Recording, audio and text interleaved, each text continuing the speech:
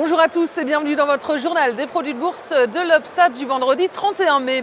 La place parisienne termine la séance en hausse de 0,56%, légèrement en dessous des 4000 points à 3996 points. Et la chute de la bourse de Tokyo a d'abord tiré Paris vers le bas, puis le CAC est reparti de l'avant après la publication d'un redressement de la confiance en zone euro. Et puis du côté des valeurs, ce sont les cycliques et les bancaires qui ont tiré la tendance vers le haut.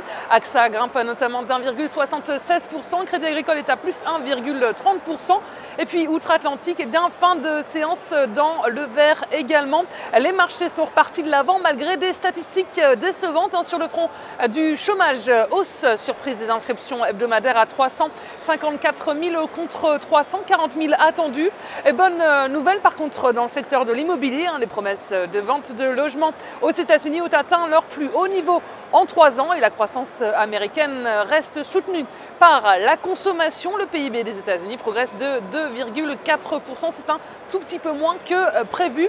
Et globalement, on voit que l'austérité se fait sentir, mais l'hypothèse d'un coup de frein de la politique de la Fed est toujours d'actualité en cas d'embellie de l'économie américaine et notamment du marché du travail. Et c'est ce qu'a confirmé en tout cas cette semaine le président de la Fed de Boston.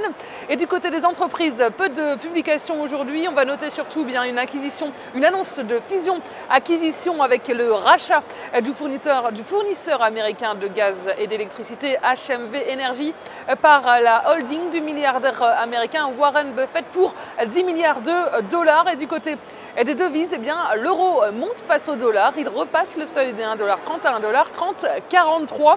Et on s'intéresse aujourd'hui au groupe de construction Saint-Gobain. Et d'un point de vue graphique, le titre valide une figure de retournement en tête et épaules inversée. Et ce mouvement lui permet de s'affranchir de la résistance à 33,55 € et de marquer de nouveaux plus hauts annuels.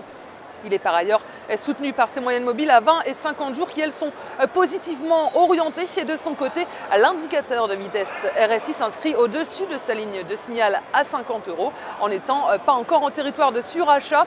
Et une nouvelle phase de hausse est ainsi envisagée en direction de 35,73 € et de 37,57 €. Et la stratégie qui vous est proposée pour jouer cette valeur, c'est l'achat du Varant Call Saint-Gobain à 4674 T d'Unicredit au prix d'exercice de 35 € et d'échéance au 6 décembre 2013. C'est tout pour aujourd'hui. Passez un excellent week-end et on se retrouve lundi.